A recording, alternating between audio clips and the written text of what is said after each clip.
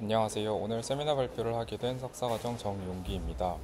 세미나 주제는 마스크드 이미지 모델링이고 제안 아이디어가 비교적 간단하기에 비슷한 시기에 발표된 두 가지 연구를 소개해드리려 합니다. 두 연구는 모두 ICLR 2023에 게재되었고 상위 25%로 스포트라이트를 받은 논문입니다. 발표 목차입니다. 먼저 백그라운드에선 논문에서 수행하는 태스크와 마스크드 이미지 모델링에 대해 다루고 릴레이티드 웍스에선 관련 연구들이 어떤 것이 있는지 간단히 정리하였습니다. 그리고 오늘 소개드릴 두 연구를 차례로 다루고 요약 결론 순으로 발표 진행하도록 하겠습니다. 먼저 백그라운드에 대한 내용입니다. 마스크드 이미지 모델링은 NLP 연구에서 프리텍스트 태스크로 주로 활용되는 마스크드 랭귀지 모델을 이미지 도메인에 적용한 방법론이며 마스킹과 복원이 토큰 단위로 진행된다는 점 때문에 주로 VIT 구조가 사용됩니다. 대표적인 마스크드 이미지 모델은 다음과 같이 인코더, 디코더 구조로 되어 있고 마스킹된 이미지와 원본 이미지 간의 재구축 오차를 최소화하는 방향으로 학습됩니다. 마스크드 이미지 모델링도 이미지 레프레젠테이션 러닝 혹은 셀프 슈퍼바이즈드 러닝의 한 분야이기에 성능 평가에는 주로 클래시피케이션, 디텍션, 세그멘테이션과 같은 태스크가 사용되고 이러한 다운스트림 태스크의 학습 시 인코더를 고정하는 방식과 인코더까지 모델 전체를 파인튜닝하는 방식이 사용될 수 있습니다. 이때 인코더는 고정하고 분류를 위한 리니어 레이어 하나만 클래시파이어로 동작할 수 있도록 학습하는 방식을 리니어 프로빙이라고 합니다. 마스크드 이미지 모델링은 일반적으로 리컨스트럭션 로스를 사용하여 학습하는데 픽셀 단위로 계산되는 이러한 방식은 이미지의 불필요한 로우 레벨 디테일을 학습하게 하여 리니어 프로빙에서 성능이 좋지 않고 성능을 위해선 풀 파인 튜닝을 필요로 한다는 단점이 있습니다. 이를 개선하기 위한 연구들도 존재하는데 이러한 연구들에선 조인트 임베딩 아키텍처 방식으로 리컨스트럭션 로스가 아닌 아웃풋 임베딩 벡터 간의 스미러리티 혹은 크로스 엔트로피 로스를 사용하여 학습하는 것으로 리니어 프로빙에서도 MIM 방식이 높은 성능을 달성할 수 있음을 보여줍니다. MIM 방식의 또 다른 단점 중 하나는 이미지를 패치 단위로 마스킹해야 하기에 마스크드 패치의 표현과 모델 구조에 제약이 있다는 점입니다. 일반적으로는 그림과 같이 마스킹된 영역을 동일한 마스크 토큰으로 대체하고 이미지를 패치 단위로 나누기 위해 VIT 구조를 사용하게 됩니다. 다음은 마스크드 이미지 모델링을 사용한 관련 연구들에 대한 내용입니다. 가장 일반적인 형태로 SIM-MIM이 있습니다. 앞서 설명드렸던 구조처럼 패치 단위로 입력을 받는 VIT 인코더를 사용하며 그중 일부를 패치 단위로 마스킹하고 인코더는 이 토큰에 대한 복원을 학습하게 됩니다. 픽셀 레벨의 RGB 값을 모델이 예측할 수 있도록 리컨스트럭션 로스로 학습되며 추가적인 디코더 구성 없이 싱글 레이어 헤드만을 사용하여 학습이 가능하다는 것을 실험적으로 보여줍니다. 다음은 마스킹된 패치를 인코더에 입력하지 않고 디코더에만 입력하는 마스크드 오토 인코더 구조입니다. SIM-MIM과 달리 복원을 수행하는 디코더를 별도로 사용하면서 마스킹되지 않은 토큰만 인코더에 입력하면서 연산 효율성을 높인 방법론입니다.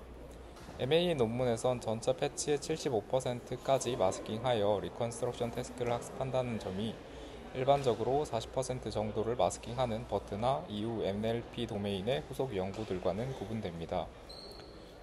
MA 논문에선 리컨스트럭션 로스를 사용하여 학습할 경우 모델이 픽셀 레벨 디테일에 집중하게 된다는 문제를 개선하기 위해 이미지의 패치 레벨 노멀라이제이션을 수행하고 이를 타겟으로 사용합니다. 이 경우 타겟 이미지가 블러리하게 되지만 모델이 좀 더 유의미한 특징을 학습할 수 있게 됩니다. 다음은 리컨스트럭션 로스를 사용하지 않고 임베딩 벡터 간의 크로스 엔트로피 로스를 사용한 MIM 방식을 제안한 연구입니다.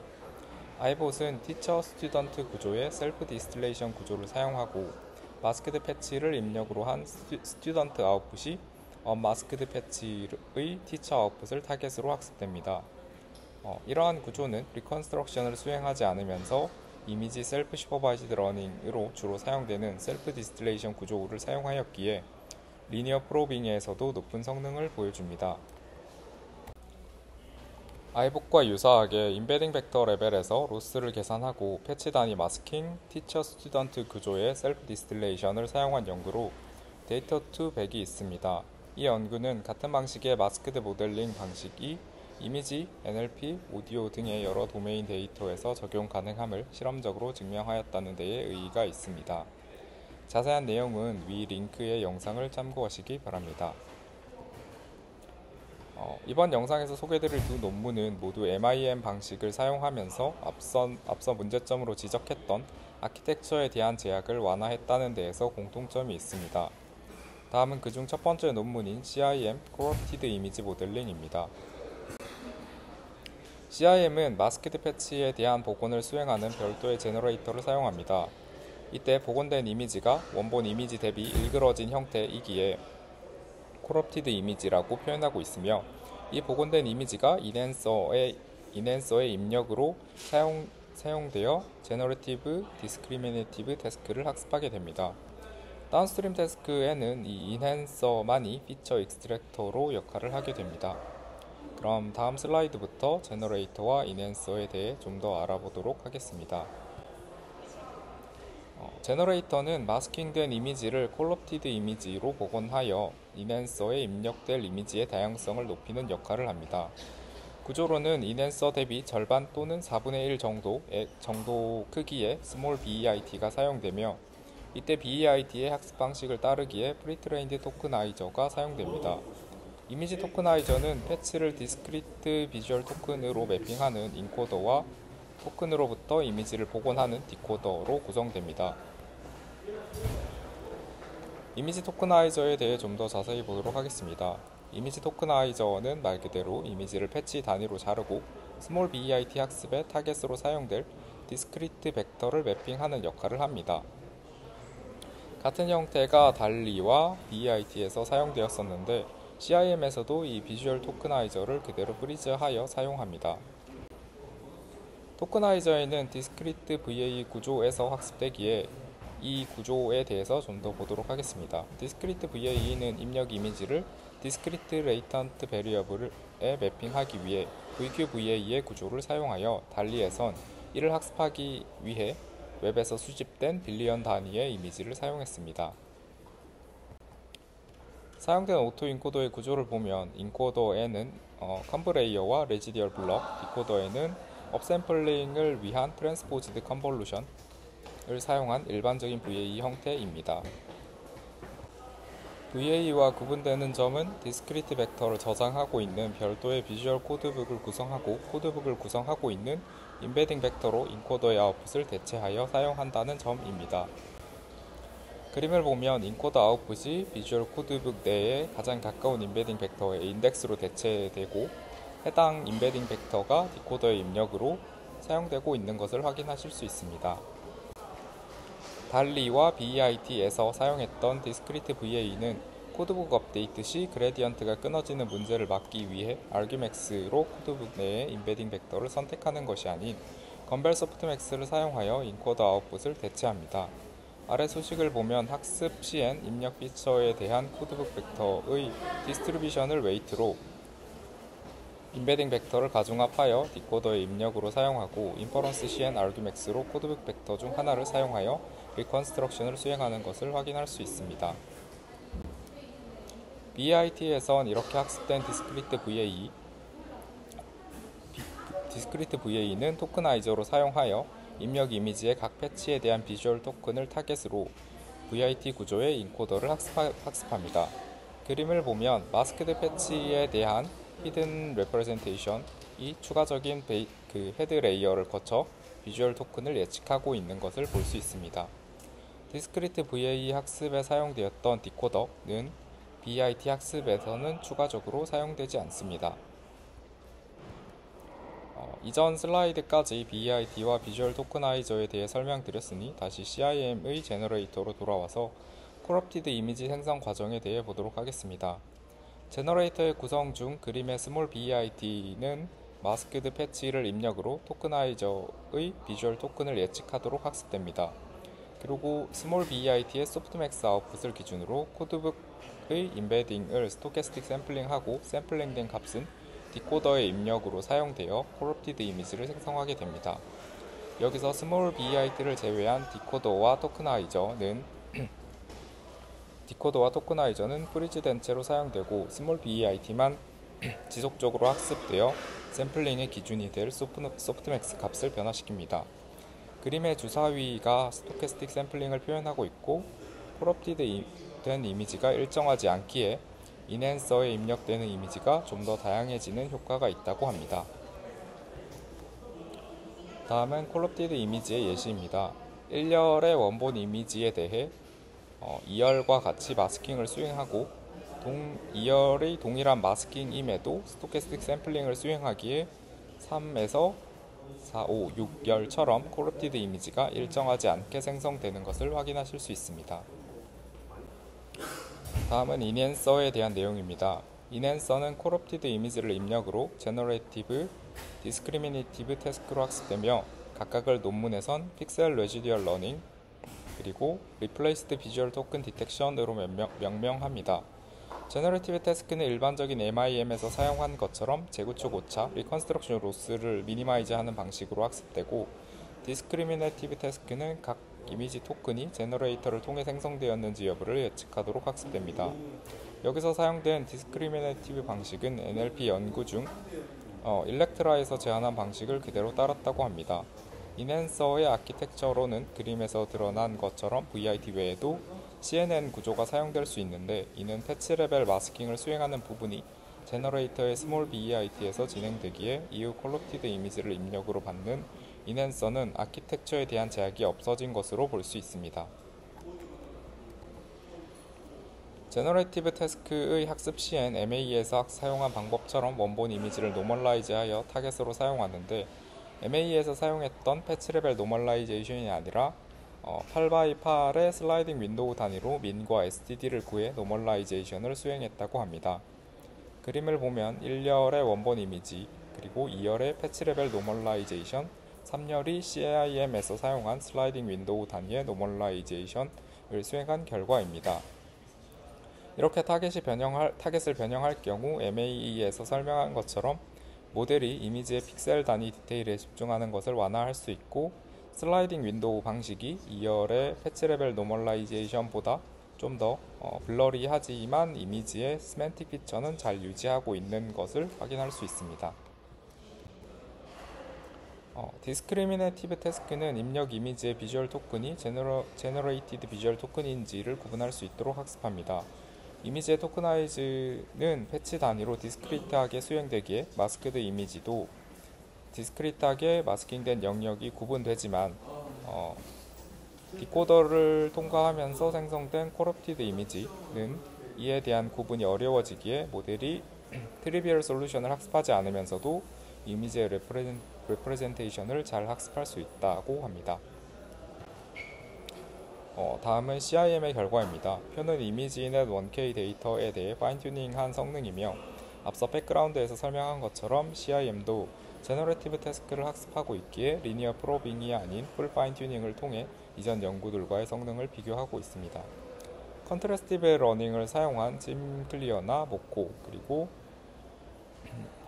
셀프 디스틸레이션을 사용한 다이노, 그리고 MIM 방식을 사용한 BEIT나 MAE보다 더 적은 사전 학습 에폭에서 더 높은 파인튜닝 성능을 보이는 것을 확인할 수 있습니다. 어블레이션 스터디에서 노멀라이제이션에 대한 성능 비교, 스토캐스틱 샘플링에 대한 성능 비교를 제시하고 있습니다. 테이블 6을 보면 노멀라이제이션을 수행하지 않고 그냥 오리지널 RGB 값을 예측하게 한 결과이고 두 번째 행은 이제 MA에서 사용한 것처럼 패치 단위의 노멀라이제이션, 그리고 세 번째가 논문에서 사용한 슬라이딩 윈도우 단위의 노멀라이제이션을 사용했을 때 파인튜닝 성능을 나타냅니다. 논문에서 사용한 노멀라이제이션 방식의 성능이 제일 높은 것을 확인하실 수 있습니다.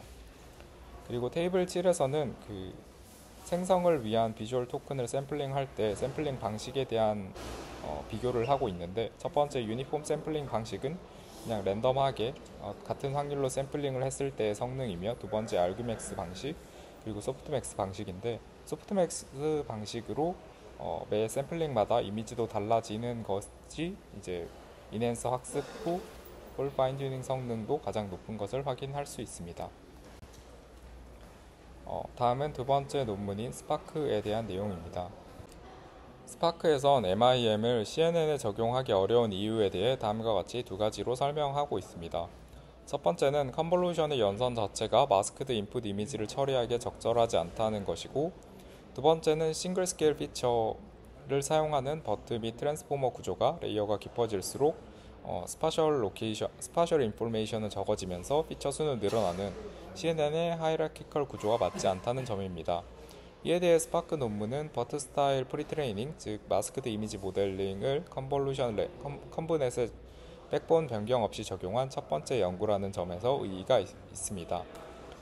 그럼 다음 슬라이드부터 스파크에서 제시한 메소드에 대해 보도록 하겠습니다. 먼저 패치 단위의 마스킹을 CNN에 단순하게 적용하면 픽셀 레벨에서 이미지를 0으로 마스킹하고 이를 모델에 입력하는 이 두 번째 컬럼 형태처럼 될 수가 있는데, 이러한 형태는 CNN이 오버래핑이 포함된 슬라이딩 윈도우 방식으로 연산이 진행되기에 다음 아래쪽 그림과 같이 디스트리뷰션 시프트 문제를 야기할 수 있다는 문제가 있습니다. 따라서 논문에선 이를 방지할 수 있는 스파스 CNN 구조를 제안하고 있습니다. 제로 마스킹 방식은 하이라키컬 구조와도 맞지 않다고 설명하는데, 다음 그림을 보면 흰색 마스킹 영역에 대해 컨볼루션 연산이 반복될수록 마스킹된 영역이 사라지게 되는 것을 확인하실 수 있습니다. 이 왼쪽 그림에서 M 부분이 흰색에 마스킹된 영역인데, 이 M을 기준으로 3x3 컨볼루션 필터를 계산했을 때 1인 부분이 포함되어 있기 때문에 이 M 부분 위치에 대한 피처 값은 마스킹된 값인 0이 아닌 일정한 값을 가지게 됩니다. 따라서 컨볼루션 연산을 반복할수록 마스킹된 영역이 점점 적어지게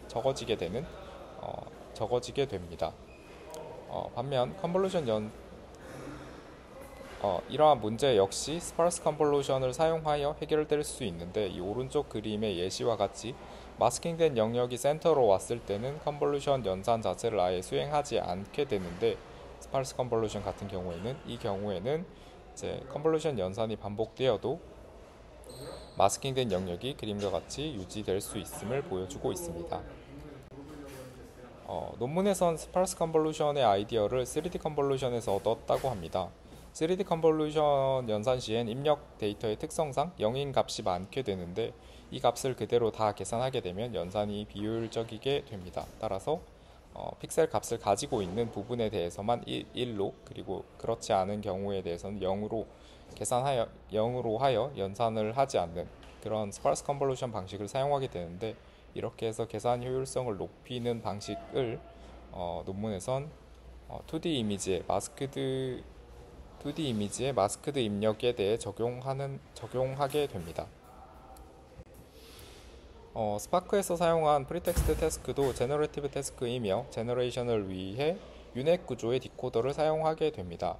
이때 인코더로는 CNN이 사용되며, CNN의 멀티스케일 피처 맵이 유넷 형태로 스킵 커넥션을 통해 디코더에 입력되게 됩니다. 이때 인코더 아웃풋의 디멘전을 조정하기 위한 프로젝션 레이어가 이 스킵 커넥션마다 사용될 수 있습니다. 그림의 덴시파이 부분은 마스킹된 영역을 디코더 블럭의 마스크드 피처 형태로 반영하기 위해 사용됩니다. 첫 번째와 두 번째 수식은 CNN의 네 번째 피처 맵이 마스킹된 후에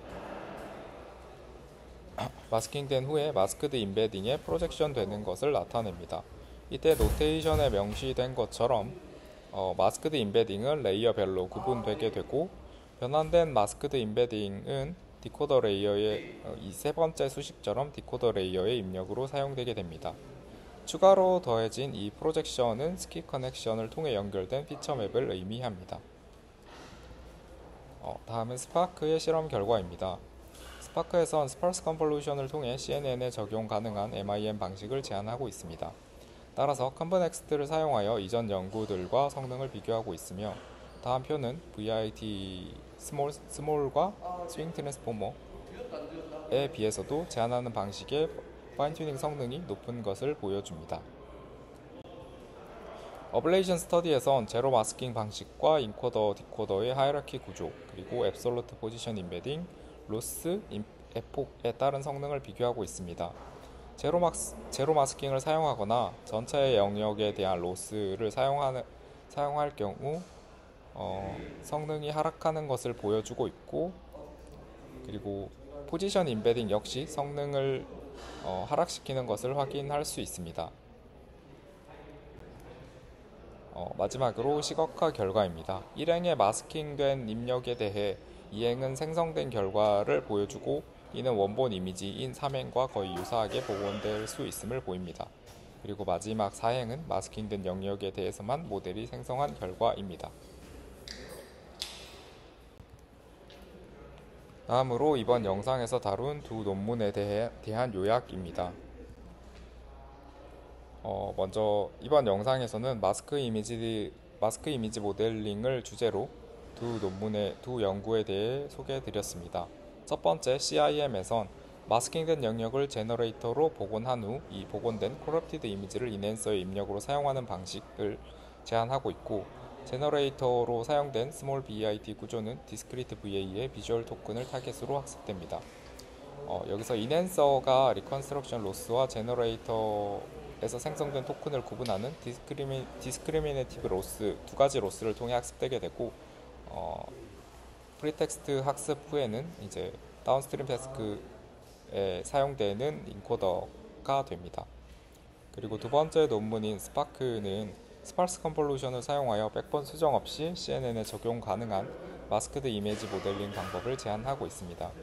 CNN의 인코더는 하이라키컬한 구조를 유지하고 멀티스케일 아웃풋이 디코더의 스키 커넥션 형태로 입력되는 구조를 제안하고 있습니다. 그리고 디코더는 유넷 구조를 따르고 복원된 마스킹 영역으로 로스를 계산하는 리컨스트럭션 로스로 학습을 하게 되는 마스크드 이미지 모델링 방식을 사용하고 있습니다. 두 가지 방식은 성능 면에서도 개선이 있었지만 그보다 이제 논문의 컨클루전에 각각 언급된 것처럼 이제 베리어스 아키텍처 그리고 버트 스타일 프리트레이닝 온 컨브넷, 즉 아키텍처 부분에서 VIT를 사용해야 했던 기존의 MIM의 제약을 완화했다는 데서 의의가 있다라고 볼 수 있습니다. 네, 여기까지 준비한 영상을 마치도록 하겠습니다. 감사합니다.